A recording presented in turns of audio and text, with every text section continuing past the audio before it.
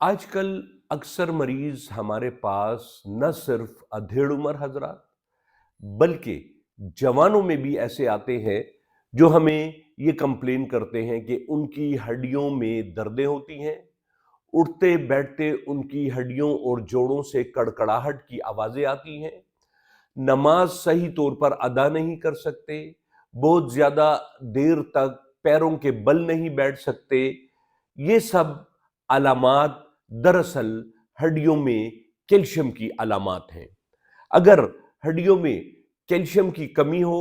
تو ایک طرف خوراک کے طور پر کوشش کریں کہ اپنی خوراک میں دودھ، دہی، پنیر اور چاولوں کو، کیلے کے استعمال کو بڑھا دیں،